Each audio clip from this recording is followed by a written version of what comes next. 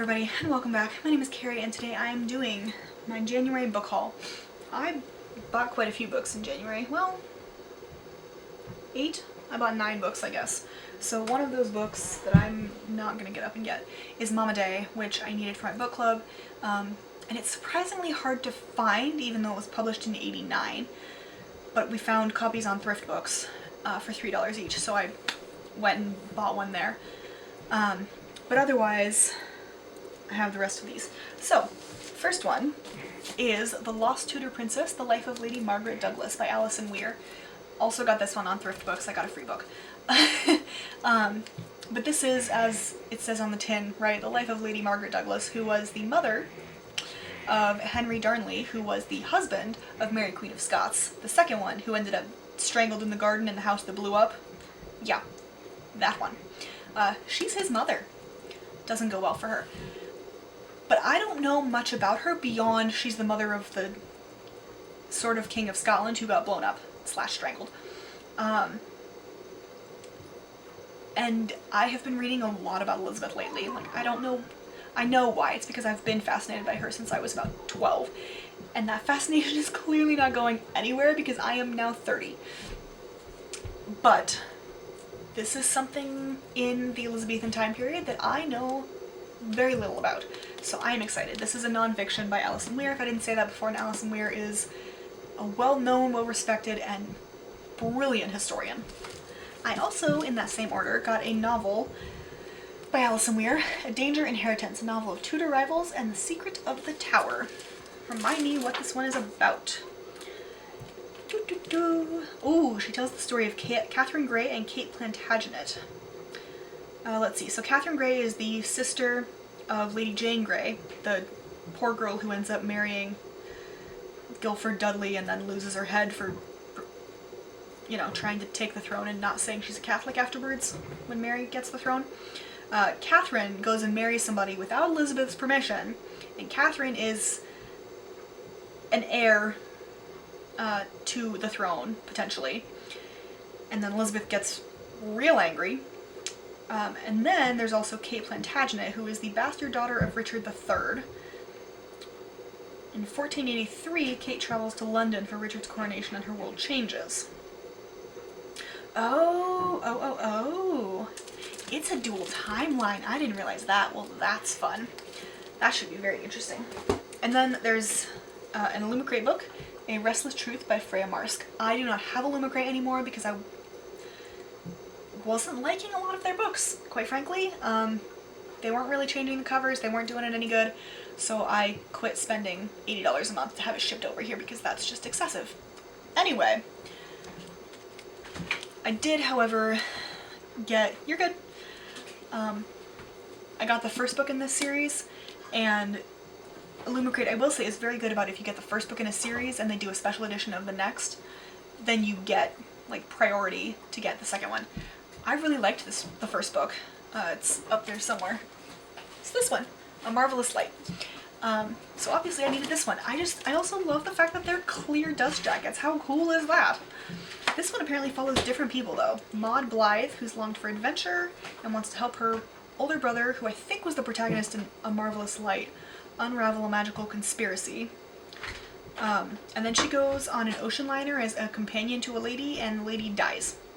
So she has to deal with a dead body, disrespectful parrot, and the lovely, dangerously outrageous Violet Debenham, who is a magician, actress, and magnet for scandal. And I'm guessing they fall in love, because that's what it sounds like. But yeah, obviously I had to get this one because it has to match. Speaking of, I also got these gorgeous, absolutely stunning editions of Girls of Paper and Fire. The trilogy. So Girls of Paper and Fire, Girls of Storm and Shadow, and Girls of Fate and Fury. I have not read the third one, Fate and Fury, yet. I honestly don't know why. I have this really bad habit of starting series and then like 2 or 3 books in, I'll be really excited, and I'm still really excited about the series, but it takes me years to get to the last one or the next one. Couldn't tell you why. I think it's a common thing. Anyway, these books are just absolutely stunning. I mean, look at these edges. They didn't do anything with the end pages, which I'm, to be honest, a little disappointed by. But the naked hardbacks are really pretty. So, I am excited to have those. If you don't know what that's about, well, I'm gonna butcher. I didn't tell you what Marvelous Light is about either.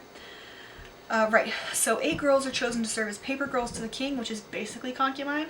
It's a high honor and super demeaning. There's a 9th this time, and instead of paper, which is like the higher caste, she's made of fire. Nope, paper is a lower caste, sorry, I screwed that up. Leia is a member of the paper caste, lowest and most persecuted in Ikara. 10 years ago, her mother is snatched by the royal guards, and don't know what happened to her. Guards are back, and now they want Leia. She's got gold eyes, and King wants her. She falls in love while there, and she's not supposed to do that. Please do look up trigger warnings for this series, because there are definitely a couple. Sexual assault comes to mind. But it is a really good book about queer love and trauma. And just, it's beautiful. So I definitely recommend it.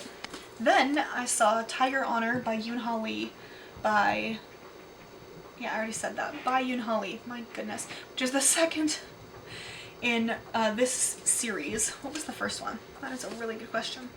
Dragon Pearl. The first one was Dragon Pearl. This is, I guess, a space opera, I think is, yep, Korean folklore into a space opera narrative. So the first one follows the main character in this one's younger sister as she goes off to find her brother.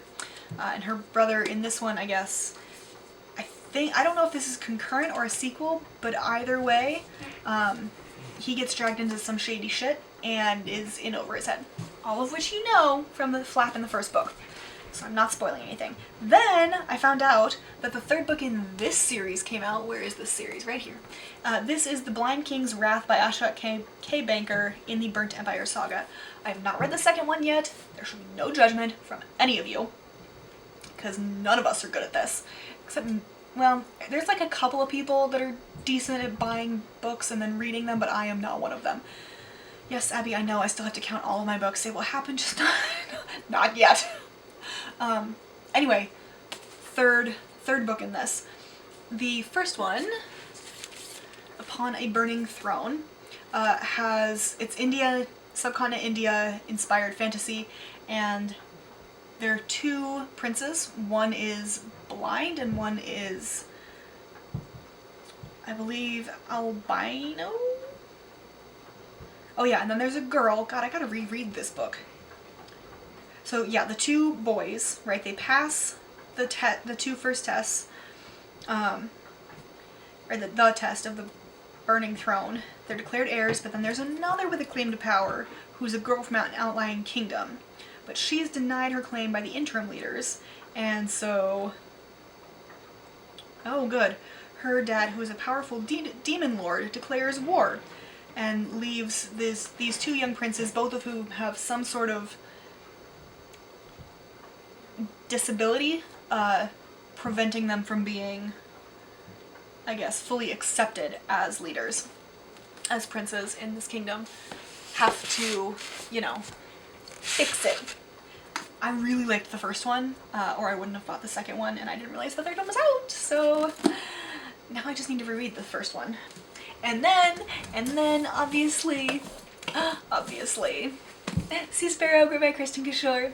If you've been here for like a video and a half, you know that this is possibly my all-time favorite series, Graceling by Kristen Kishore. This is the 5th book in the series. I have an entire shelf of Kristen Kishore novels. I apologize for nothing. These books are amazing. They deal with trauma and family and love and just everything, and I adore it. And so I needed the British edition because I have the special Fairy Loot edition, right? That Sea Sparrow is coming.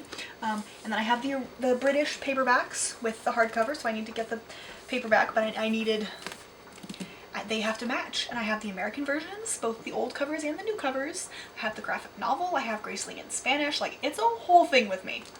Again, no judgment. But I needed this. Absolutely needed this copy. So, I got it. This one follows Hava, and they go into some really cold sailing waters. And shit goes down. It's so good. Anyway, those are all of the books I got in January. It is not the worst I've done, it's not the best I've done, but it's not the worst, and at this point I've kind of just gone with giving up. But anyway, if you have any thoughts or comments, have read any of these, want me to prioritize reading any of these, let me know down in the comments below, and I will see you in my next video. Bye!